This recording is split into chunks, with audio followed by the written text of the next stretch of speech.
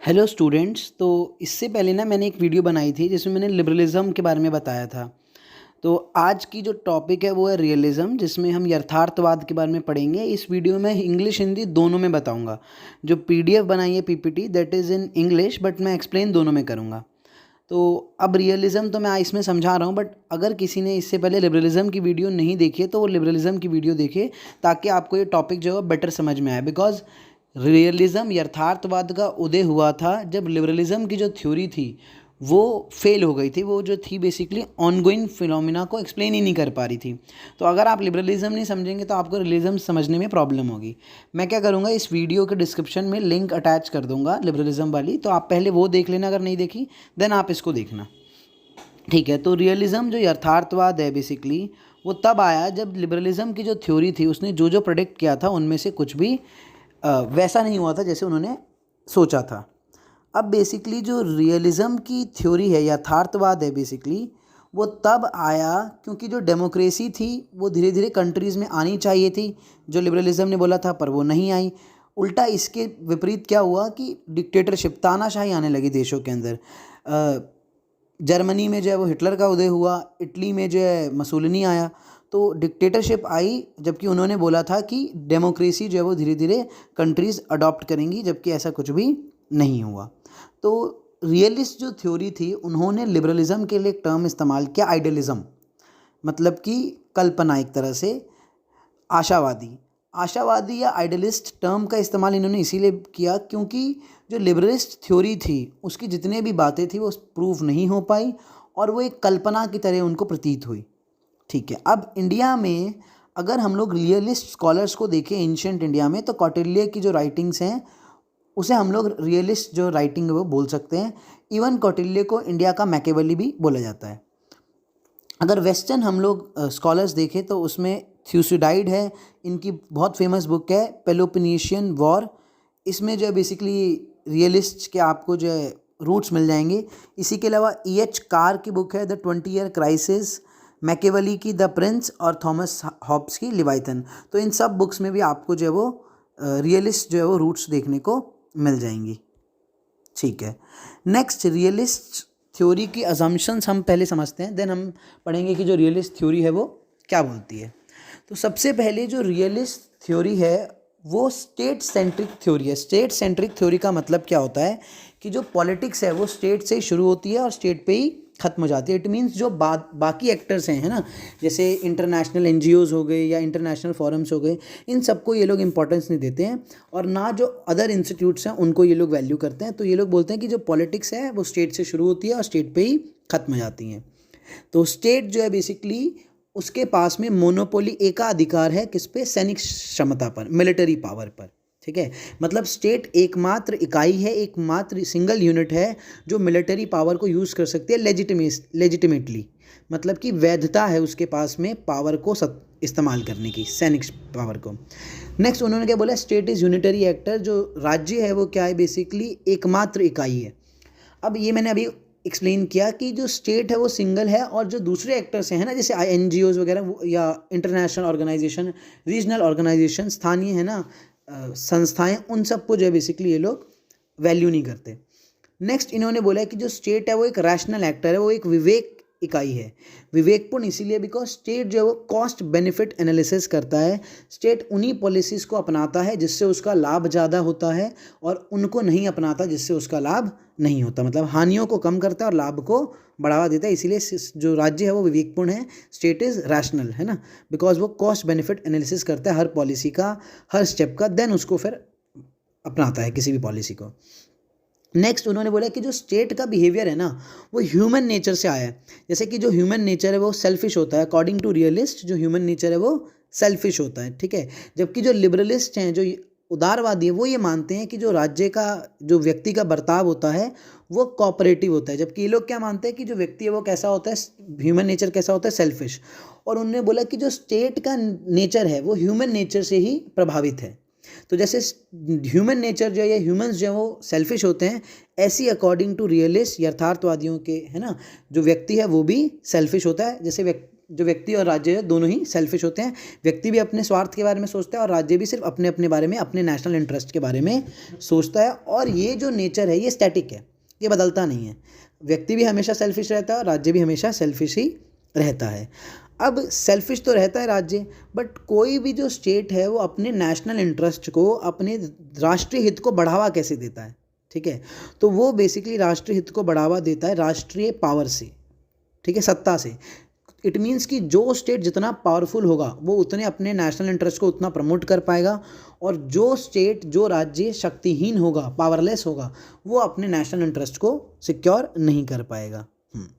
तो बेसिकली जो राज्य है वो दो चीज़ों को कंसिडर करता है नेशनल इंटरेस्ट में। एक तो क्या वाले सुरक्षित हो कोई राज्य, है ना, सिक्योर हो, और दूसरा ऑफकोर्स सर्वाइवल, है ना, सिक्योर रहेगा तभी सर्वाइवल जो है वो पॉसिबल हो पाएगा, ठीक है। अब नेक्स्ट है कि कोई भी जो अथॉरिटी है वो राज्य से ऊपर नहीं होती। मैंने बताया ना, जैसे for example with in country में क्या होता है, एक हायरार्की होती है ना, एक पदक्रम होता है कि जो सबसे ऊपर है बेसिकली सरकार होती है, वो पॉलिसीज़ वगैरह के द्वारा कंट्री को नियंत्रित करती है ना, रूल्स एंड रेगुलेशंस को रेगुलेट करती है ना, और कंट्रीज़ के लोगों के, सिटीजन्स के बिहेवियर को भी रेगुलेट करती है। बट ऐसा जो है बेसिकली इंटरनेशनल रिलेशंस में नहीं है, इंटरनेशनल सिस्टम में नहीं है। इंटरनेशनल सिस्टम में, अंतर्राष्ट्रीय व्यवस्था में कोई हायर अथॉरिटी नहीं होती है, ठीक है, कोई भी जो है बेसिकली सर्वश्रेष्ठ जो है वो संस्थान नहीं होता, और इसी वजह से क्या होता है, यहाँ पे एनार्किकल स्ट्रक्चर होता है, ठीक है, मतलब अराजकता का माहौल होता है, ठीक है। तो ये मानते हैं कि कोई भी हायर अथॉरिटी नहीं होती है, कोई भी जो है, और ये जो UN हो गया या लीग ऑफ नेशंस हो गया, इस तरह की जो संस्थाएं हैं उसकी भी ये लोग अनदेखी करते हैं। उनको, इनका मानना है कि वो भी जो है बेसिकली मतलब एक अथॉरिटी नहीं है। तो स्टेट ही जो है बेसिकली अथॉरिटी है, higher authority within country, और है ना, आउटसाइड कंट्री कोई भी अथॉरिटी नहीं है।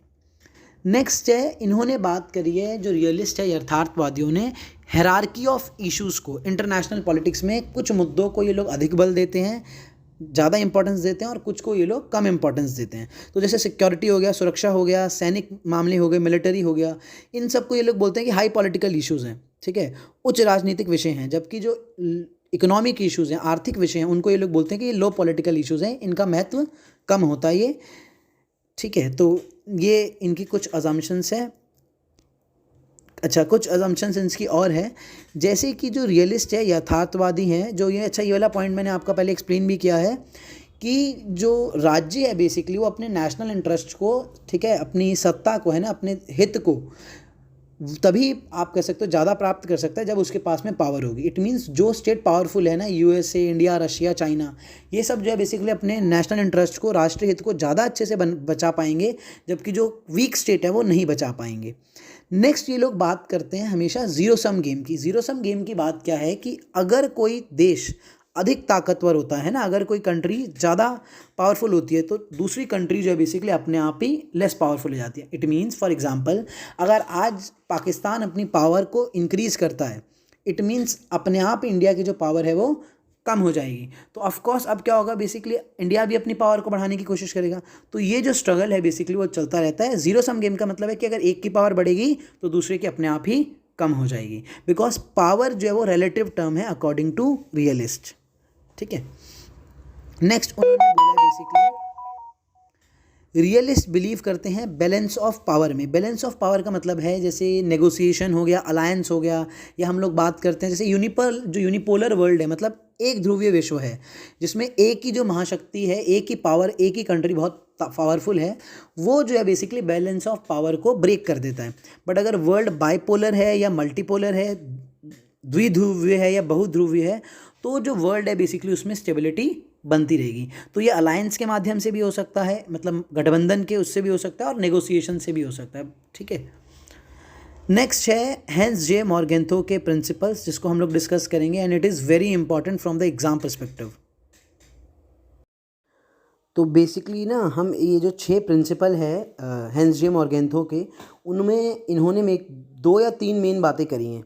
ये जो 6 प्रिंसिपल हैं ये इनकी book politics among nation the struggle for power and peace, जो कि 1948 में पब्लिश हुई थी, उसमें लिखा गया था।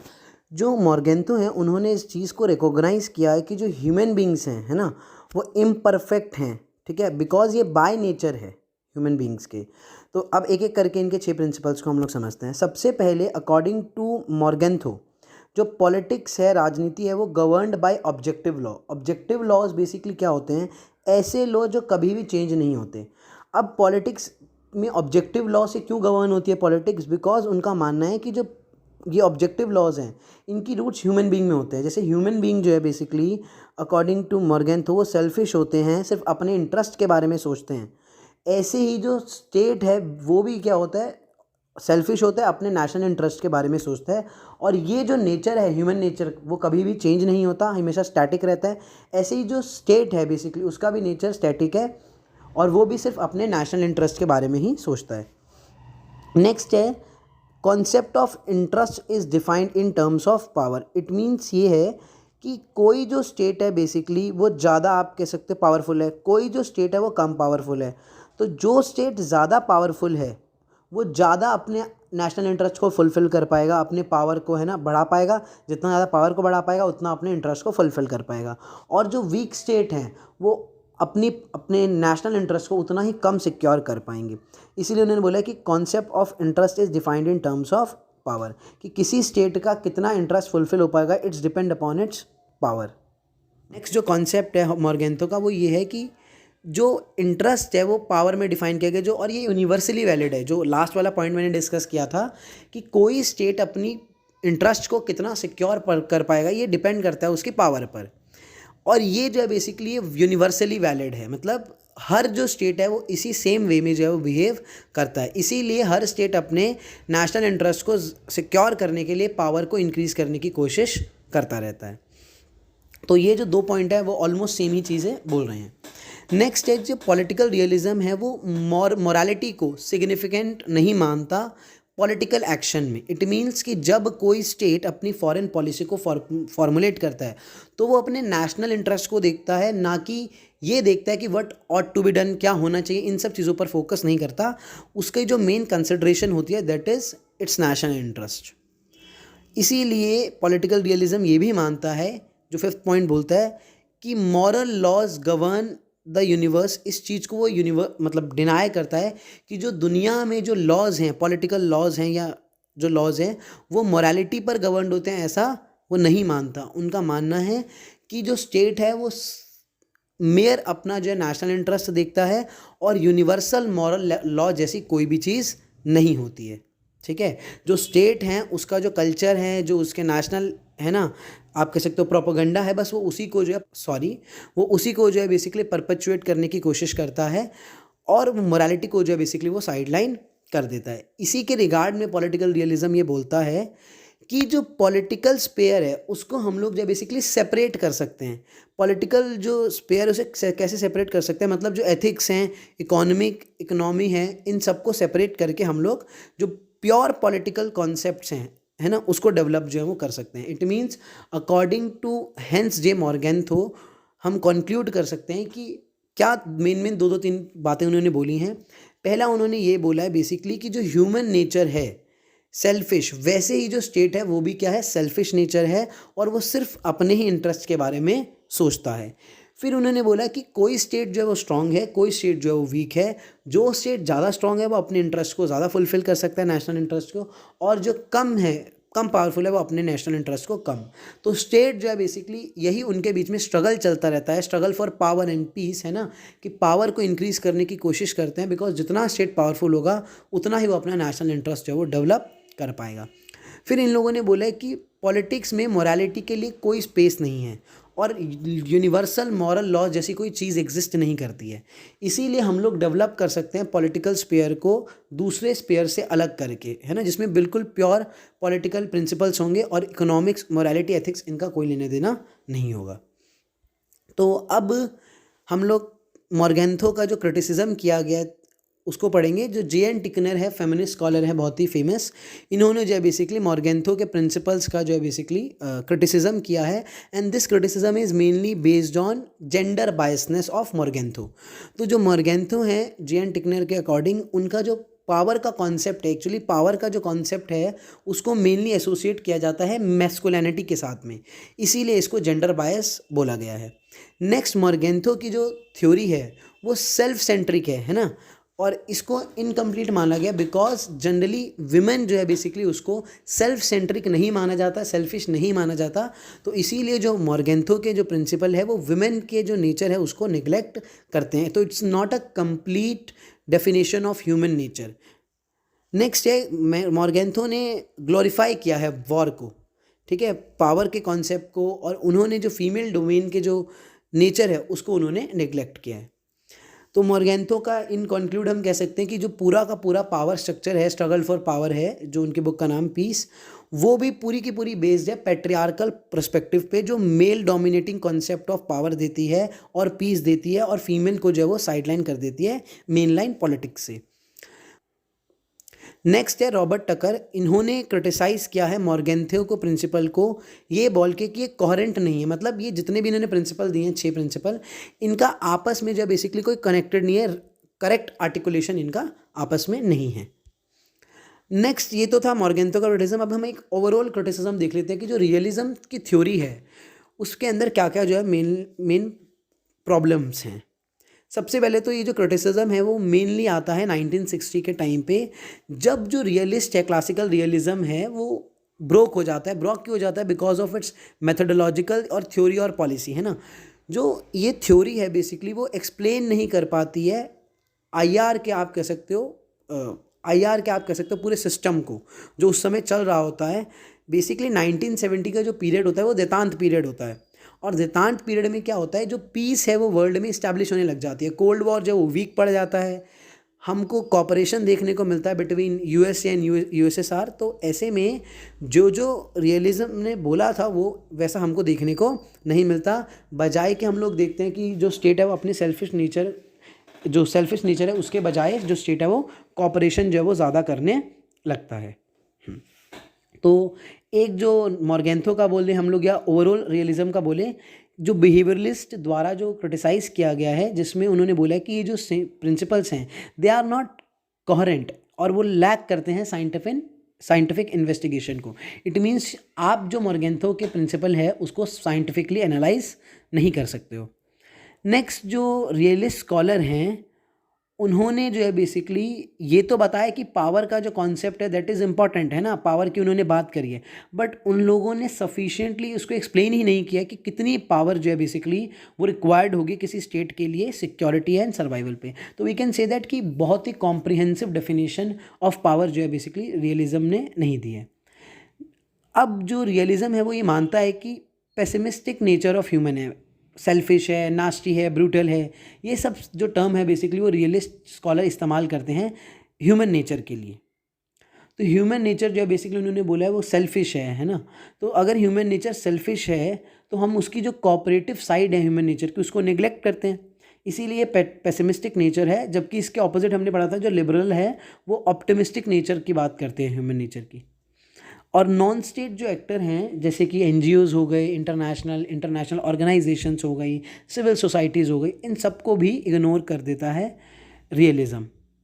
कल्चर, सोशल, इकोनॉमिक, ये सब तरह के जो कॉन्सेप्ट है इसको फोकस नहीं करता। और अगर आप कह सकते हो ये लोग बोलते भी है कि इस तरह की चीज़ें हैं, तो इनका मानना है कि ये सब चीज़ें पॉलिटिक्स को जो है वो इफ़ेक्ट नहीं करती है। नेक्स्ट जो कॉन्सेप्ट है क्रिटिसिज्म है जो बोलता है it ignores the cooperative side of state. तो मैंने बताया कि ये लिबरलिज्म का बेसिकली क्रिटिसिज्म है, क्योंकि लिबरलिज्म ऐसा मानता है कि जो ह्यूमन नेचर है वो कोऑपरेटिव भी है। तो ये मैंने इस पूरे जो टॉपिक है इसमें रियलिज्म को एक्सप्लेन किया। इससे पहले मैंने एक वीडियो जो बेसिकली अपलोड करी थी जिसमें मैंने लिबरलिज्म को एक्सप्लेन किया था आईआर के कॉन्टेक्स्ट में, और जो नेक्स्ट वीडियो मैं अपलोड करूँगा उसमें मैं न्यू रियलिज्म के बारे में बात करूँगा कि न्यू रियलिज्म क्या है, कौन जो इसके की प्रोपोनेंट्स हैं, और इसके अलावा एक कंपैरिजन होगा जिसमें हम लोग सिमिलैरिटीज़ एंड डिफरेंसेस पढ़ेंगे कि रियलिज्म और न्यू रियलिज्म में क्या डिफरेंस है।